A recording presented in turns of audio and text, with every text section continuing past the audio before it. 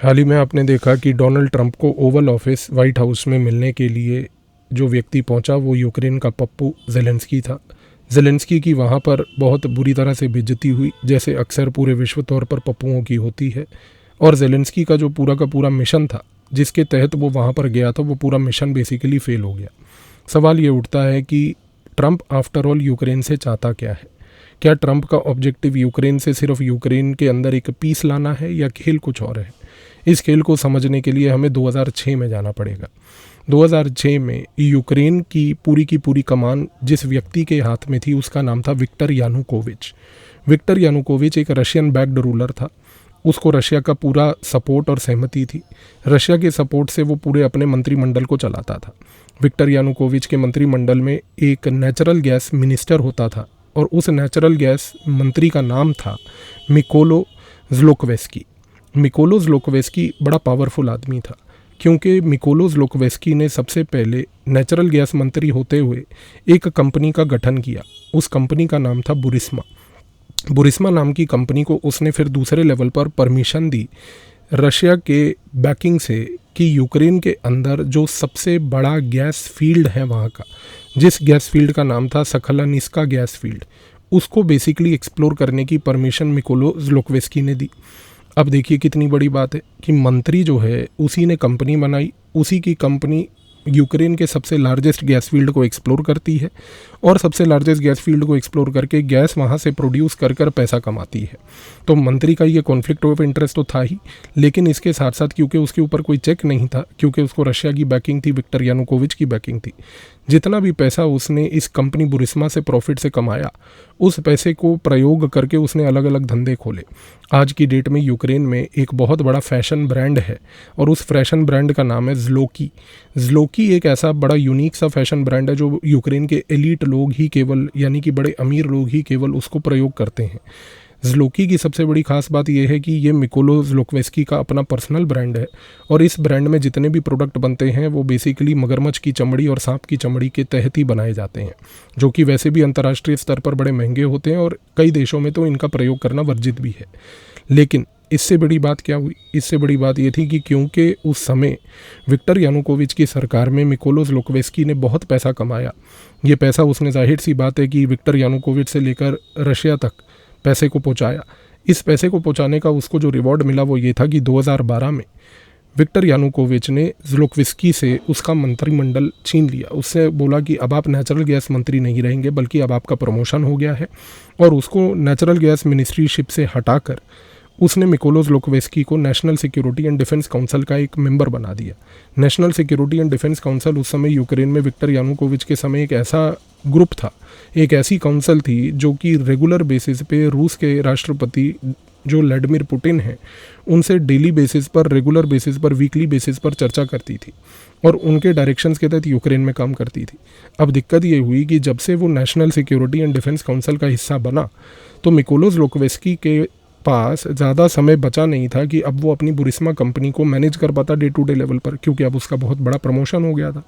इस कॉन्टेक्स्ट में ये हुआ कि मिकोलो ज़्लोकवेस्की ने अपनी जो ये बुरिस्मा नाम की कंपनी जो उसने 2006 में बनाई थी उसको बेच दी। उसको बेची एक कंपनी को जिसका नाम था ब्रोकीती इन्वेस्टमेंट। सबसे बड़ी बात यह है कि ब्रोकीती इन्वेस्टमेंट को उस समय एक व्यक्ति ने क्रिएट किया था जिसका नाम था इहोर कोलोमोइस्की। तो इहोर कोलोमोइस्की जो व्यक्ति है, जो बेसिकली ब्रोकीती इन्वेस्टमेंट का मालिक था, उसने जब बुरिस्मा की पूरी गेम को पकड़ा तो बुरिस्मा को उसने संभालना चालू करा। अब कोलोमिस्की के बारे में सबसे बड़ी बात यह है कि इस बंदे ने यूक्रेन के अंदर, यूक्रेन का सबसे बड़ा प्राइवेट बैंक जो है ये उसका मालिक है। तो जाहिर सी बात है कि यूक्रेन में नॉट ओनली ये इकोनॉमिकली पावरफुल व्यक्ति था कोलोमिस्की जिसने बुरिस्मा का कमान संभाला, बल्कि क्योंकि ये ज़्लोकवेस्की के साथ जुड़ा जो कि बेसिकली मंत्री रह चुका था और जो कि इस समय national security and defence council का हिस्सा था, तो जाहिर सी बात है कि मिकोलो ज़्लोकवेस्की के साथ जुड़ने से कोलोमिस्की की पावर भी बढ़ गई। अब सबसे बड़ी बात यह है कि कोलोमिस्की जो है उसने ग्रेजुअली अपने एम्पायर को और बिल्ड करना चालू करा, क्योंकि उसको पॉलिटिकल बैकिंग थी। अब इस पॉलिटिकल बैकिंग के तहत क्या हुआ, उसने अपनी एम्पायर जब बढ़ानी शुरू करी तो उसके मन में एक चीज़ ये आई कि एक यूक्रेन के पास एक बड़ा इम्पोर्टेंट स्टील प्लांट था। वो स्टील प्लांट का नाम था क्रेमेंचुक स्टील प्लांट। ये क्रेमेंचुक स्टील प्लांट को बेसिकली जो है वो ख़रीदना चाहता था। अब कोलोमिस्की क्योंकि ये ख़रीदना चाहता था क्रेमेंचुक स्टील प्लांट को, उसने पहले तो ऑफ़र दिया। फिर जब ऑफ़र दिया तो उसको मालूम चला कि भाई ये जो प्लांट है, ये प्लांट बेसिकली एक ब्रिटिश व्यापारी का है। अब उसने ब्रिटिश व्यापारी से संपर्क साध के उसको बोला। जब ब्रिटिश व्यापारी को ये बात मालूम चली कि भाई ऐसा ऐसा नाम का एक व्यक्ति है कोलोमिस्की, जो कि बेसिकली बुरिस्मा का मालिक है, क्योंकि उसने ब्रुकीती इन्वेस्टमेंट बना रखी थी और वो आज की डेट में हमारे से ये ख़रीदना चाहता है, उस ब्रिटिश के व्यापारी ने जाकर ये ब्रिटिश की सरकार को बता दिया। ब्रिटिश की सरकार ने तुरंत जो है CIA को ये बात की इतला दी। CIA ने तुरंत जो है पैसा लगाना चालू करा और उस समय क्रेमेंचुक स्टील प्लांट को बेचने की पूरी रणनीति तैयार कर ली। CIA के मन में ये था कि अगर हमने क्रेमेंचुक स्टील प्लांट मान लीजिए इहोर कोलोमिस्की को बेच दिया, तो ये कोलोमिस्की को बेचने से हमें यूक्रेन के अंदर एक ऐसा प्रेजेंस मिल जाएगा जिसके तहत हम यूक्रेन में विक्टर यानुकोविच, जो कि इस समय रूस बैक्ड एक राष्ट्रपति है, उसको हम हटाने में कामयाब रहेंगे। और ये डील ऐसे ही एग्जीक्यूट हुई। क्रेमेंचुक स्टील प्लांट जो है इवेंचुअली कोलोमिस्की ने खरीद लिया। अब फास्ट फॉरवर्ड आए हम सीधा 2012 से लेकर 2014 में। 2 साल के अंदर अंदर जब ये पूरी खरीद फरोख्त की प्रक्रिया कंप्लीट हो गई तो सबसे बड़ा गेम 2014 में चालू हुआ। 2014 में यूक्रेन में CIA ने क्रेमेंचुक स्टील प्लांट को अपना बेस बनाते हुए, कोलोमिस्की की इस एरिया में अपने प्रेजेंस को रखते हुए उन्होंने डिग्निटी रेवोल्यूशन लॉन्च किया। और ये जो डिग्निटी रेवोल्यूशन था, ये एक कलर रेवोल्यूशन था, जो कि पूरी CIA हमेशा से अन्य देशों में करती भी आई है। यूक्रेन भी उसका एक उदाहरण था। सबसे बड़ी ब्यूटी देखिए कि 2014 में जब डिग्निटी रेवोल्यूशन आया, उस समय कोलोमिस्की जो है, जो कि सरप्राइजिंग बात है कि जुड़ा हुआ था सबसे इम्पोर्टेंटली मिकोलोस लोक्वेस्की के साथ, विक्टर यानुकोविच के साथ, उसने चुपचाप सीक्रेट लेवल पर CIA की मदद करी। इस CIA की मदद से क्या हुआ कि 2014 में ये डिग्निटी रेवोल्यूशन इतना कामयाब हुआ कि विक्टर यानुकोविच देश छोड़कर रूस भाग गया। जब विक्टर यानुकोविच देश छोड़कर रूस भाग गया तो एक चीज़ तो तय हो गई कि 2014 से उस समय अमेरिका के राष्ट्रपति ओबामा ने जॉन केरी को सबसे पहले अपना पॉइंट पर्सन यूक्रेन में बनाया। जॉन केरी को उन्होंने पॉइंट पर्सन बनाने के बाद ओबामा ने एक दूसरा काम भी किया। ओबामा ने उस समय जो बाइडन, जो उपराष्ट्रपति था, उसका जो बेटा हंटर बाइडन था, उसको पहली बात बुरिस्मा के बोर्ड पर वहाँ पर मेंबर बनाया। तो 2014 में सबसे बड़ी बात डिग्निटी रेवोल्यूशन, विक्टर यानुकोविच का जाना, इसके बाद यूक्रेन जो है पूरा का पूरा CIA की एक फ्रंटल टेरिटरी बन जाना, और ओबामा उसके बाद जॉन केरी को यूक्रेन भेजता है। जॉन केरी वहाँ जाकर हंटर बाइडन को, उपराष्ट्रपति के बेटे को, बुरिस्मा कंपनी का बेसिकली बोर्ड मेंबर बनाता है। हंटर बाइडन वहाँ पर बैठकर कोलोमिस्की के साथ काम करना चालू करता है और 2014 से ओबामा के तहत US एड का पैसा यूक्रेन में पहुँचना चालू होता है। US एड $1 बिलियन यूक्रेन में लगाती है। ये यूक्रेन में पैसा लगाकर US एड का जो $1 बिलियन अमेरिका के टैक्स पेयर का पैसा आता है, उसके तहत सो कॉल्ड गैस एक्सप्लोरेशन के प्रोजेक्ट्स होते हैं। लेकिन ये कोई गैस एक्सप्लोरेशन वहाँ पर नहीं होती। US एड एक क्रिमिनल संस्था थी जिसने टैक्स पेयर का $1 बिलियन यूक्रेन में क्लीन एनर्जी, ग्रीन एनर्जी को डेवलप करने के नाम पर ले जाकर वो सारा का सारा पैसा ओबामा और बाइडन ने आपस में बांट लिया। क्योंकि वो पैसा पहले तो यूक्रेन पहुंचा, यूक्रेन से वो वहाँ पर पहुंचा कोलोमिस्की के प्रिवत बैंक में, जो उसका बैंक था। उस प्रिवत बैंक से निकल के पैसा साइप्रस पहुंचा, साइप्रस से वापस होते हुए, रूट होते हुए, बहामास से होते हुए ये पैसा अमेरिका में हंटर बाइडन, जॉन केरी और साथ में ओबामास के पास वापस पहुँच चुका।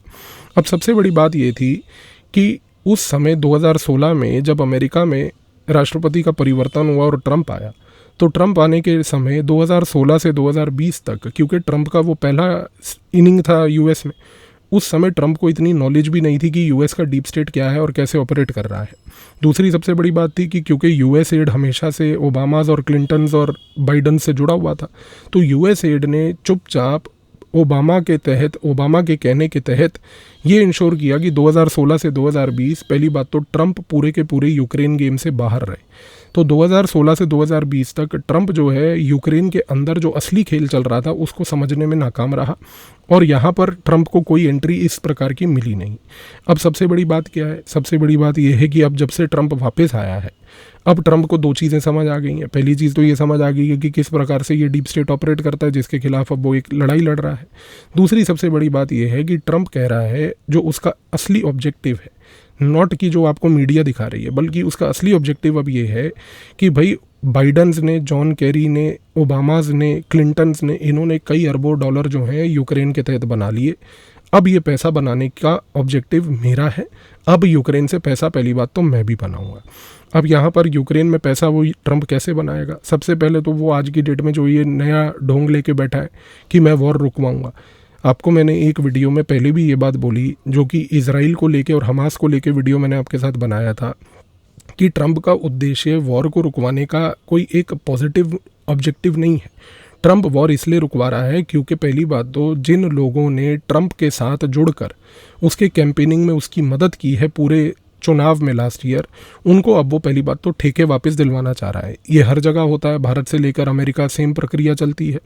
तो पहली बात तो ट्रंप ने आज की डेट में ये वॉर जो सो कॉल्ड रूस और यूक्रेन के बीच में हो रही है, इसको रुकवाने का ऑब्जेक्टिव ये है कि ट्रंप पहली बात तो कह रहा है कि मुझे तो रिकंस्ट्रक्शन इंडस्ट्री में आना है। दूसरा सबसे बड़ी बात, अगर आप ध्यान से ऑब्जर्व करें तो ट्रंप ने एक बड़ी महत्वपूर्ण चीज़ बोली है। ट्रंप ने कहा है कि भाई हमने यूक्रेन को कई सालों में पहली बात तो $500 बिलियन पैसा बांट दिया। ट्रंप को बेसिकली क्या है, क्योंकि थोड़ा सा बेवकूफ़ किस्म का आदमी तो है ही है, तो इस प्रकार से मुंहफट बातें कर देता है बिना कोई फैक्ट्स को वेरीफाई करे। तो $500 बिलियन का उसने एक शगुफा छोड़ दिया। अब जाहिर सी बात है कई बिलियन डॉलर्स दिए गए हैं, लेकिन इतना श्योर है कि पहली बात $500 बिलियन का कोई ऑफिशियल रिकॉर्ड नहीं है। दूसरा, ट्रंप कहता है कि भाई क्योंकि अब हमने आपको इतने $100 बिलियन जो हैं यूक्रेन को दे दिए हैं, तो यूक्रेन पहली बात तो ये अमेरिकन टैक्स पेयर का पैसा वापस लौटाए। अब जाहिर सी बात है कि यूक्रेन $500 बिलियन अगर एक मोमेंट पे मान भी ले ट्रंप के शगुफे को, तो पहली बात तो वो वापस तो कर नहीं पाएगा। तो यहाँ पर ट्रंप ने अपना तीसरा खेल खेला है। ट्रंप यहाँ पर बोल रहा है कि भैया मेरे को जो चाहिए वो चाहिए यहाँ पर यूक्रेन में आपसे एक प्रकार से पूरा का पूरा पैसा बकाया वापस रिसोर्स के तहत। ये जो कॉन्सेप्ट है इस चीज़ को समझिए, क्योंकि ट्रंप का आज की डेट में जो उद्देश्य है वो ये है। ट्रंप चाह रहा है एक रिसोर्स फॉर इंफ्रास्ट्रक्चर डील, और ये रिसोर्स फॉर इंफ्रास्ट्रक्चर डील जो है, इस रिसोर्स फॉर इंफ्रास्ट्रक्चर डील के तहत ट्रंप ने बोला है एक रिकंस्ट्रक्शन इन्वेस्टमेंट फंड क्रिएट किया जाए। इस गेम को समझिए। ट्रंप अब ये कह रहा है कि देखिए सबसे पहली बात ये है कि जितना पैसा जो आज की डेट में यूक्रेन हमें वापस देना चाहती है, वो पैसा हमें मिनरल्स और बेसिकली रेयर अर्थ मेटल्स के थ्रू दे। अब ट्रंप इस चीज़ के ऊपर एम्फोसाइज क्यों कर रहा है? क्योंकि ट्रंप को ये बात पता है कि मुझे अब यूक्रेन से उठाना है कई अरबों डॉलर का पैसा। अब ये जो पैसा अगर मुझे उठाना है अरबों डॉलर्स का, तो इसके लिए मैं यूक्रेन के मिनरल्स के ऊपर हाईजैक करूँ। अब आपको मैं दूसरा पॉइंट बताता हूँ कि भाई मिनरल्स क्यों? क्योंकि भाई 2 साल से, जब से 3 साल से यूक्रेन में लड़ाई चल रही है, यूक्रेन में पहली बात तो पावर जनरेशन कैपेसिटी उसकी आधी हो गई है। तो पावर जनरेशन इंडस्ट्री जो है, जो कि बेसिकली बिजली का उत्पाद करती है, इस इंडस्ट्री का एक तो बहुत बड़ा वाइब्रेंट स्कोप है इस समय यूक्रेन में। और ये चीज़ पहली बात तो ट्रंप चाहता है, क्योंकि ट्रंप के खुद के कई ऐसे बिजनेसेस हैं जो आज की डेट में पावर उत्पाद यानी कि बिजली उत्पाद में काम करते हैं। दूसरी सबसे बड़ी चीज़, ट्रंप आज की डेट में जो मेन ऑब्जेक्टिव खेल रहा है वो ये है कि भाई मुझे आपसे पैसा वॉर के थ्रू नहीं बनाना है, बल्कि मुझे आपसे पैसा बनाना है मिनरल्स के थ्रू। ये इसलिए बोला जा रहा है क्योंकि इस समय यूक्रेन के अंदर बहुत सारे रेयर अर्थ मेटल्स हैं। ये रेयर अर्थ मेटल्स पहली बात तो ऐसे मेटल्स हैं कि जिनका अगर एक्सेस मान लीजिए अमेरिका को मिलता है, तो अमेरिका जो टेक्नोलॉजिकल फाइट लड़ रही है चाइना से, उस लड़ाई में उसको एक शॉट इन द आर्म होगा, यानी कि उसकी कैपेबिलिटी कैपेसिटी पहली बात तो इन रिसोर्सेज से बढ़ेगी। दूसरी सबसे बड़ी चीज़ यहाँ पर समझने वाली ये है कि ये जो पूरा कॉन्सेप्ट है चाइना की प्लेबुक से बोरो किया हुआ रिसोर्स फॉर इंफ्रास्ट्रक्चर, ये इस समय इसलिए भी अमेरिका करना चाहती है क्योंकि अमेरिका का उद्देश्य ये है कि भाई जितने भी मिनरल रिसोर्सेज यूक्रेन में हैं उनको स्टडी करने के लिए और उनको एक्सप्लोर करके वो रॉयल्टी के तहत अमेरिका लेने के लिए हम अपनी सैटेलाइट्स का प्रयोग करेंगे। अब अगर मान लीजिए कि अमेरिका इस डील बनाने में सक्सेसफुल हो जाता है, तो ये डील के तहत सबसे बड़ी चीज़ ये होगी कि आने वाले समय में आप देखेंगे कि अमेरिका की सैटेलाइट्स मिनरल मैपिंग करने के लिए यूक्रेन जाएंगी। ये मिनरल मैपिंग कर कर एक पूरी की पूरी यूक्रेन की रेयर अर्थ मेटल्स की मैप बनाकर पहली बात तो अमेरिका को देंगी। इसके बाद अमेरिका चाइना के प्लेबुक से बोरो किया हुआ रिसोर्स फॉर इंफ्रास्ट्रक्चर गेम को एग्जीक्यूट करेगा और अमेरिका बोलेगा कि देखिए आप हमें रिसोर्सेज वापस कीजिए जो हम रिकंस्ट्रक्शन इन्वेस्टमेंट फंड में लेंगे आपसे, और इसके तहत आपको वापस इंफ्रास्ट्रक्चर क्रिएट करके देंगे। तो ट्रंप का उद्देश्य इस समय ये है कि एक ऐसी डील वो क्रैक कर ले जिस डील से पहली बात तो सिर्फ ऑयल और गैस में आज की डेट में पैसा जो कमाया है बाइडन्स ने, ओबामाज ने, सिर्फ उसमें नहीं बल्कि फ्यूचर रेयर अर्थ मेटल्स जो कि फ्यूचर ऑयल और गैस है उसमें ट्रंप कूद जाए।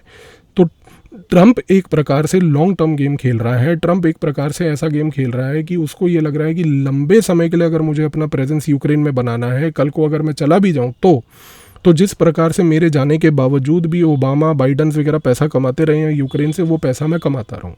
अब जाहिर सी बात है कि देखिए जहाँ तक यूक्रेन की बात है तो ज़ेलेंस्की वहाँ पर इस चीज़ को अपोज कर रहा है। ज़ेलेंस्की कह रहा है कि देखिए सबसे पहली बात, मुझे कोई इशू नहीं है कि अगर आप हमारे रिसोर्सेज को लेके जाएं। ये पॉइंट को ध्यान दीजिए, ज़ेलेंस्की को इस मोमेंट पर कोई इशू नहीं है यदि अगर अमेरिका में ट्रंप एक ऐसी डील बनाकर बेसिकली ये इंश्योर करे कि वो डील के तहत जितने रिसोर्सेज यूक्रेन के उनको ले जाए। इस समय ज़ेलेंस्की का सबसे बड़ा ऑब्जेक्टिव सिर्फ ये है कि वो ये चाहता है कि हमें रशिया से फ्यूचर में कोई लड़ाई ना हो, उसकी आप सिक्योरिटी गारंटी दीजिए। जब तक ट्रंप है तब तक एक चीज़ तो तय है कि रशिया किसी प्रकार से कहीं पर भी यूक्रेन में अटैक नहीं करेगा, क्योंकि रशिया इस मोमेंट पर चाहता है कि उसका भी जो अननेसेसरी बम बारूद है वो वेस्ट करने के बजाय यूक्रेन से जितने रिसोर्सेज हैं वो उनका ट्रेड करके एक ब्लैक मार्केट में सेल करे। रशिया, ईरान आज की डेट में दो ऐसे इंटरनेशनल माफिया स्टेट्स हैं, इनके बारे में कभी डिटेल में अलग से चर्चा करेंगे, लेकिन उनका ऑब्जेक्टिव सिर्फ ये है कि ये वॉर रुक जाए और इसके बाद हम लोग जो है ये ब्लैक मार्केट ट्रेड को जारी रखें। तो इस चीज़ में यहाँ पर ये सारी समस्या अटकी हुई है, क्योंकि ज़ेलेंस्की बार बार बोलता है कि मुझे सिक्योरिटी अश्योरेंस दे दीजिए, रिसोर्स उठाकर ले जाइए, हमें कोई परवाह नहीं।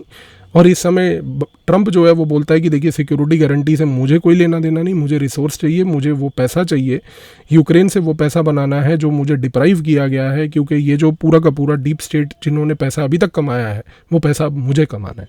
तो यहाँ पर यूक्रेन का सारा असली मसला ये है। तो कल को अगर आपसे कभी भी कोई यूक्रेन के बारे में चर्चा करे और अपना ज्ञान आपके सामने प्रचंड करके बेचे, तो उसको एक सिंपल सी चीज़ बोल देना कि यूक्रेन का खेल सिर्फ एक शब्द है, बुरिस्मा, वो कंपनी जो इस पूरे के पूरे डिबेट के सेंटर स्टेज पर है। तो आई बिलीव कि इस वीडियो के बाद आपको ये पूरी डिटेल्ड क्लैरिटी यूक्रेन के मसले को लेकर कम से कम अब आ गई होगी। धन्यवाद।